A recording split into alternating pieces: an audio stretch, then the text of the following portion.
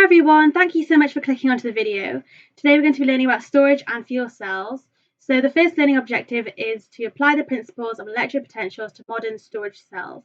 And then we're going to be able to explain that a fuel cell uses the energy from the reaction of a fuel with oxygen to create a voltage and the changes that take place at each electrode. Electrochemical cells can be used commercially. So they can be used as a commercial source of electrical energy. For example, batteries are based on the principles of electrochemical cells. A battery is just more than one cell joined together, and cells can be either non-rechargeable, rechargeable, or fuel cells. So firstly, we're going to look at non-rechargeable cells, and the first example we have is the Daniell cell, and this has an EMF of about 1.1 volts, and it's a zinc copper cell. So it was used to provide electricity for telegraphs, which sent messages by Morse code. However, soon they found out that it wasn't practical for portable devices because the electrolytes, so what the electrodes are in, are liquids, so we can't carry them about. Next, we're going to go on to this zinc carbon cell, and the positive electrode is the carbon rod, and the zinc case is the negative electrode. Now, this is when they found out that electrodes didn't need to be made out of metal, hence why this electrode was carbon. And it acts like the inert platinum electrode in the standard hydrogen electrode. So this cell actually is the basis of most disposable batteries, so most batteries that we use only once. And also, the electrolyte is actually a paste.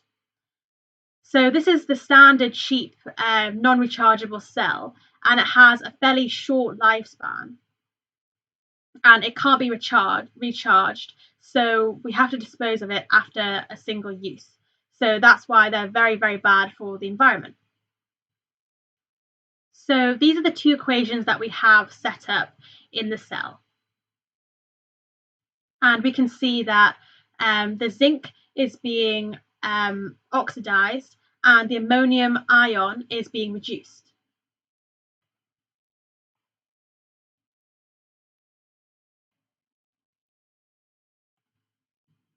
So what actually happens is that the hydrogen is oxidized to water by the manganese oxide, and this prevents the buildup of pressure because hydrogen is a gas. And then the ammonia dissolves in the water of the paste. As the cell discharges, zinc is used up, and so the walls can become really thin. So these kinds of cells are prone to leakage, and this is bad because ammonium chloride is acidic, so it can be corrosive. So it can be quite dangerous if a leak does occur. But these kinds of cells are good for producing a small current intermittently, so not all the time. For example, we can use these cells in doorbells. Long-life batteries are based on the same system, but with potassium hydroxide as the electrolyte and powdered zinc instead of the manganese oxide, because it has a greater surface area and so can carry a bigger charge. And we also use a steel container so that leaks can be prevented. Now we're going to look at rechargeable batteries. So they are recharged by reversing the cell reactions. So the way we do this is we apply an external voltage which is greater than the EMF of the cell. So this forces the electrons to go the opposite way, basically. So our first example is the lead acid battery, and this is found in motors in cars, and it's basically 6 2-volt cells fixed together in series, so it creates 12 volts. And this is the equation when it's discharging. So when it's being used, this is the equation. So obviously we've already combined the two half equations. And when we're charging it, this equation is reversed. And because it's rechargeable, that does make it slightly better for the environment because we can use it more than one time. Now we're going to talk about portable batteries. So these batteries are also rechargeable, but they're portable as well, so we can bring them out with us, and they don't have to stay at home. So the first example we have is the lithium-ion battery, and this is found in laptops or phones, and this is because they are very light because lithium is quite dense. The electrolyte is a solid polymer, so that means that there'll be no leakages, so it's quite safe. And also, it can be recharged without being fully discharged. So, for example, if you're using your laptop, then you can charge it whilst you're using it. You don't have to wait for the laptop to go to 0% before you charge it. You can charge it anytime you want. And also, the battery can be bent or folded, and it still won't leak. So these two are equations that you have to know for the exam. So it's best just to memorize them. So at the negative electrode, we have the lithium plus ion being reduced to lithium. And then at the positive electrode, we have the lithium plus ion combining with the cobalt oxide and an electron to form the lithium plus cobalt oxide minus ion. However, these lithium ions can be quite dangerous because lithium is explosive with water. Lastly, we're going to discuss the alkaline hydrogen oxygen fuel cell. Now, fuel cells are used to generate an electric current, and they don't need to be electrically recharged. And so here are the two equations that we have, and these two equations you have to remember as well. So it's the lithium ion equations that you need to remember, and also this hydrogen oxygen fuel cell equations that you need to remember. So at the negative electrode, we have hydrogen added with hydroxide ions to form water and electrons. And then at the positive electrode, we have oxygen combining with water and electrons to form the hydroxide ion. And so overall, we have two hydrogens plus an oxygen to form water.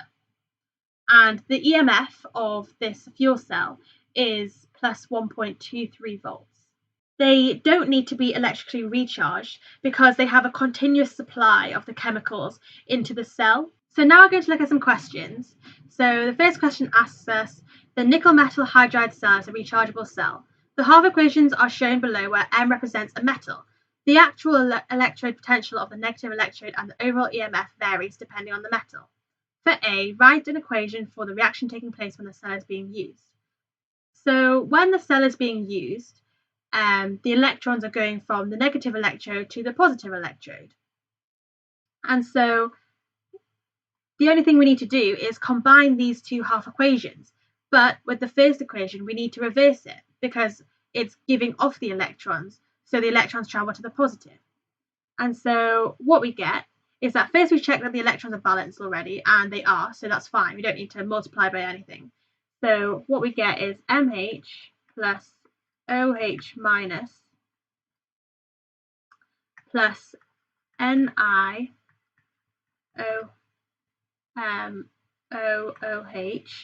plus H2O plus the electron, and that goes to form M plus H2O plus NiOH2 plus OH minus plus the electron. And now we cancel the electrons, and actually the hydroxide ions cancel as well, so we cancel those out. And so we're left with MH plus NiOOH plus, the waters cancel as well. So this forms M plus NiOH2. And this is the equation for the reaction when the cell is being used. For B, write an equation for the reaction taking place when the cell is recharged. When the cell is being recharged, it does the opposite thing. So the opposite of this happens. So we can just reverse this reaction. So we get M plus NiOH2, and that goes to form MH plus NiOOH. And then for C, what is the main advantage of a rechargeable cell over a non-rechargeable cell? Well, that is that it can be reused more than once because you can charge it. So it's reusable. This is the rechargeable cell.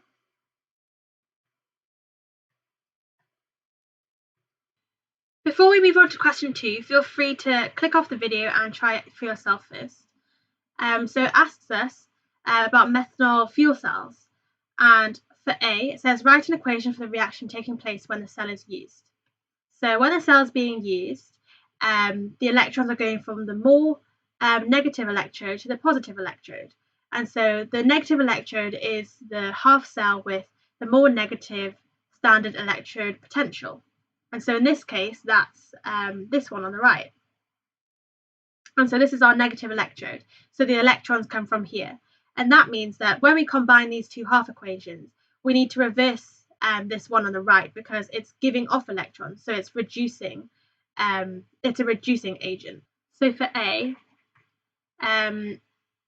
we first look at the electrons. So there's 4 here and 6 here, which means that we can turn them both into 12 electrons. So we can times this equation by 2 and this equation by 3. And the other thing we need to do is reverse the second equation. So if I do that one first, then I'm least likely to forget. So I get 2 methanols plus 2 waters plus 3 oxygens plus 12 H pluses plus 12 electrons, and that goes to form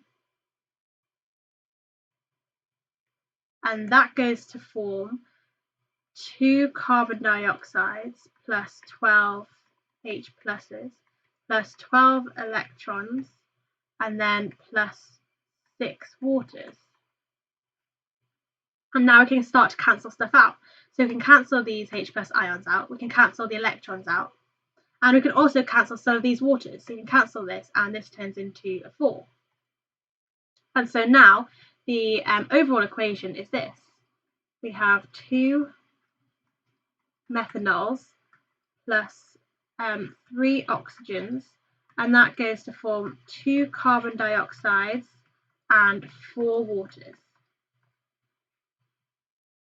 And then for B, we use the formula EMF equals the standard electrode potential of the right minus the standard electrode potential of the left.